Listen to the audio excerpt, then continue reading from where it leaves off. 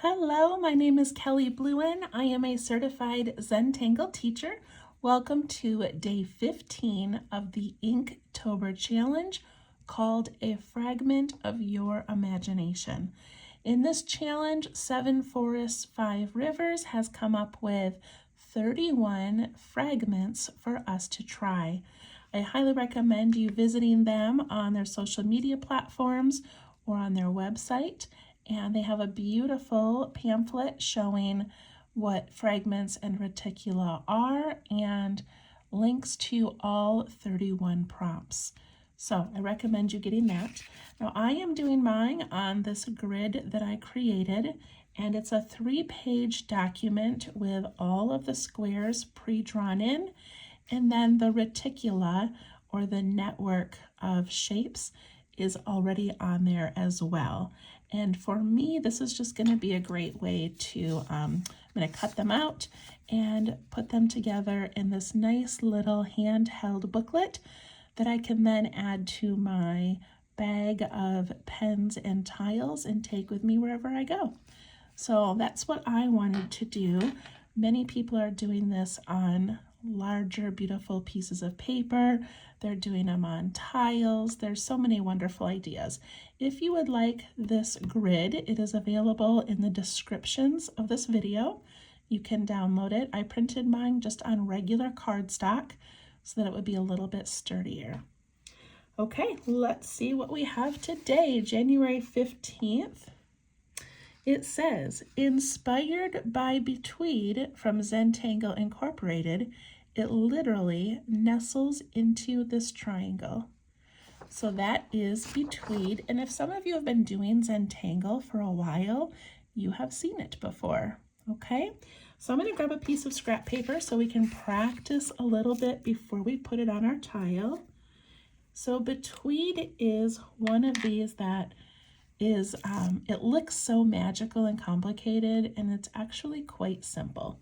So I'm going to draw, typically a Betweed would be in like maybe a pattern like that. And what it does is it takes this like triangular area and we go down a little bit. So here's the middle, we go down a little bit and then we just arch over to that initial line. Then we go down a little bit from the new one and we arch over. And then we go down a little and over, down a little and over.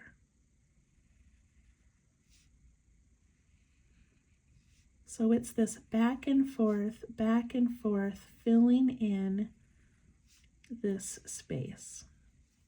Isn't that cool? And then, you know, if you did it again, you could do it the opposite way.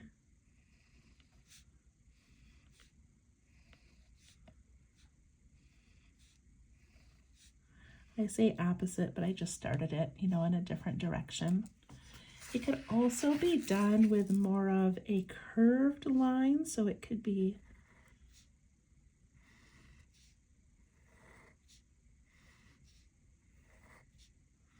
more like that, but you get the idea. Isn't that cool? Okay, so we're going to do it in these 4 triangles. Oh, I wanted to show one more thing. On the prompt, right here, so, sorry, I've got all kinds of things going on here. Let's go over to here. Okay, so they show it in a triangle, but they show it, let me show you. What they did is instead of starting at the top and going with Betweed right away, let me zoom in,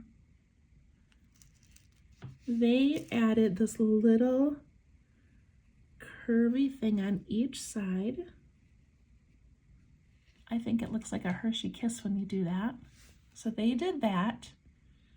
Then they auraed inside of that.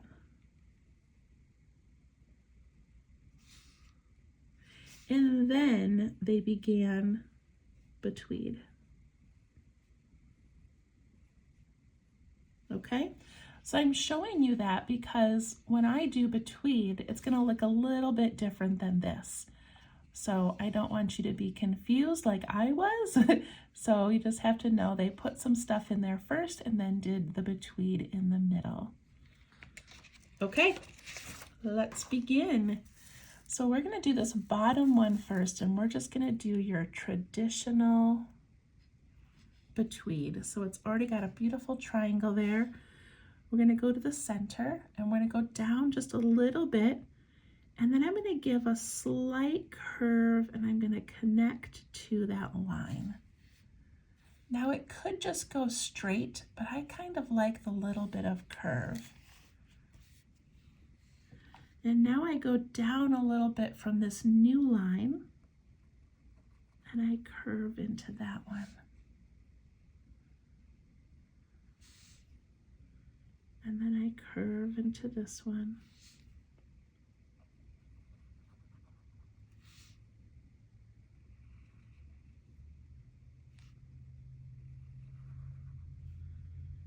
And I'm making mine go all the way over to that corner, but you could end yours early if you wanted. You know, yours could come right down to the line. I just didn't want to do that. So mine are going to get really narrow the closer I get to the bottom.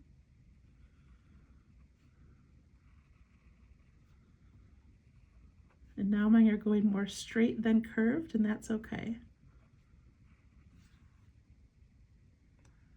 There we go.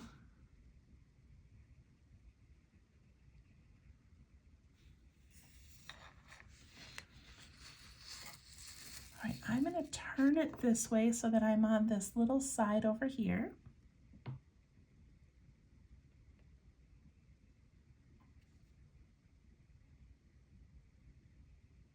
And now I'm going to start the opposite way. So I'm going to mirror this one. So I'm going to go down this edge instead of that edge. So I go down this edge a little bit, and then I curve to the line. Go down a little bit on this side, and I curve to the line.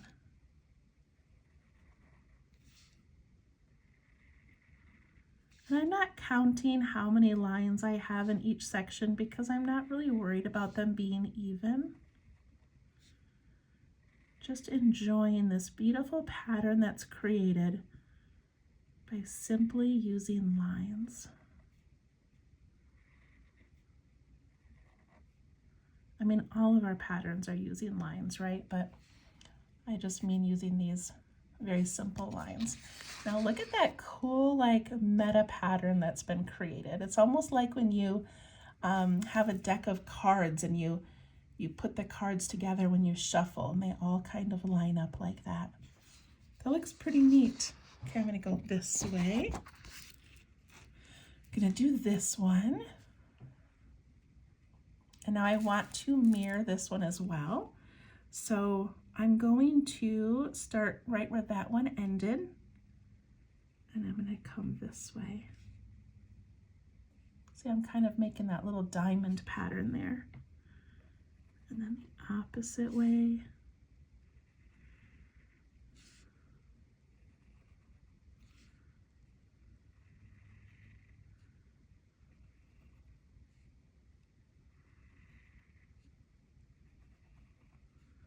Now, if you like the one that was in the pamphlet, I highly recommend you playing with that and adding that little bit of a pattern and some auraing before you start. That would be really fun. I just didn't really want to do it in here because I didn't want to complicate things. Okay, I've got one more section. And now again, I want to mirror this and mirror that side. So I'm going to start with this line. And I'm going to go this way. Look at that beautiful diamond shape it made in the middle.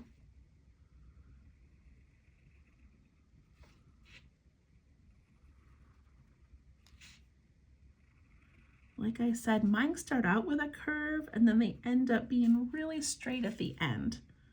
And that's okay. I love how dark these corners are getting.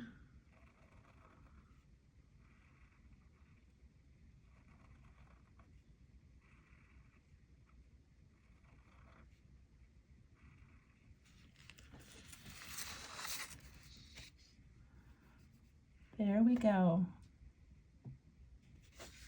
That is such a fun one to do, and imagine if you changed up. I'm going to ink this outside area. Some of my lines went a little crazy and went off the edge a bit. Okay, but imagine doing this in a larger grid or a larger reticula, putting more around it, or then continuing with a different tangle or fragment. But I love that if I were to say to you, hey, can you draw this? The first thought would be no. I don't know how to draw things that look like they're overlapping and intercepting. And yet, using the Zentangle method, one line at a time, we've created this gorgeous pattern. I just love it. Okay, I'm going to do just the slightest bit of shading. Oh, before I shade, I wasn't going to do this, but I do want to show you.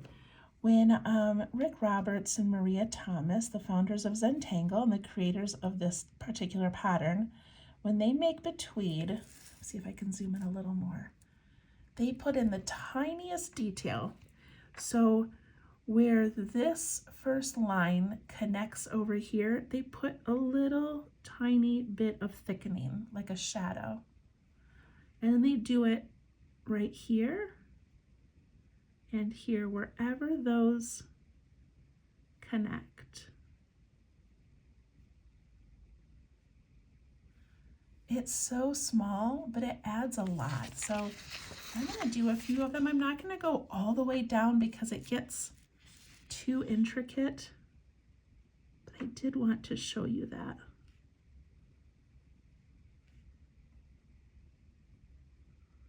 A little bit of thickening.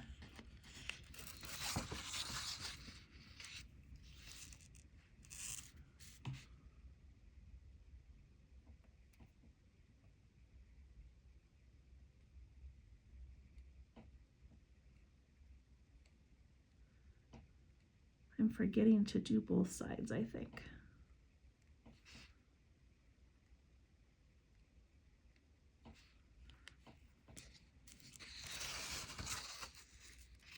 Sometimes it's these tiniest details that add so much to a piece.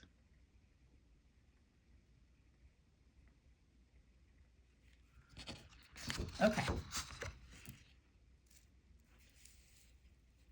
There we go. So now shading this is going to be difficult because I did put so many lines in here, but I want to show you anyway. So what I'm going to do is go underneath that very first line I made. So I'm just going to put a little bit right there, and then underneath each of these lines going in that direction. And I'm just putting it like at the top and part way down. And then the other direction, I do the same thing, just put it on that top and part way down. You're putting it underneath the line. And then very carefully, I'm going to try to pull that down just a little bit. It gets so intricate and small here, it's kind of difficult. But then it just kind of gives you that look of overlapping just a little bit more. I'm not going to do the other ones, but I did want to show you how to do that. See, it does look pretty dramatic. I do like that. Okay, there we go. I think what I'm going to do is just put it underneath each of these parts that make up the diamond.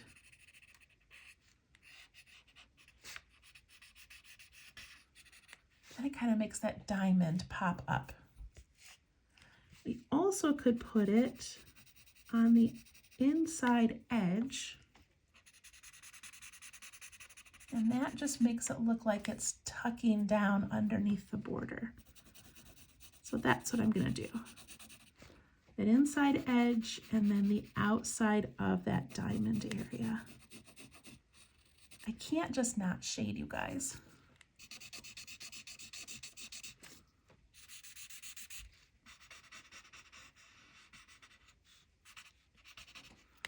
Okay, there we go. That looks pretty amazing. Betweed, and they said that they named it. They didn't have a name for this tangle yet, and they were doing something on, I think on the computer, and they misspelled the word between, and it came out as Betweed, and they were like, that would make a great name for a tangle. So that's how that name came about. All right, enjoy that one, and we will see you tomorrow for January 16th. Thank you. Bye-bye.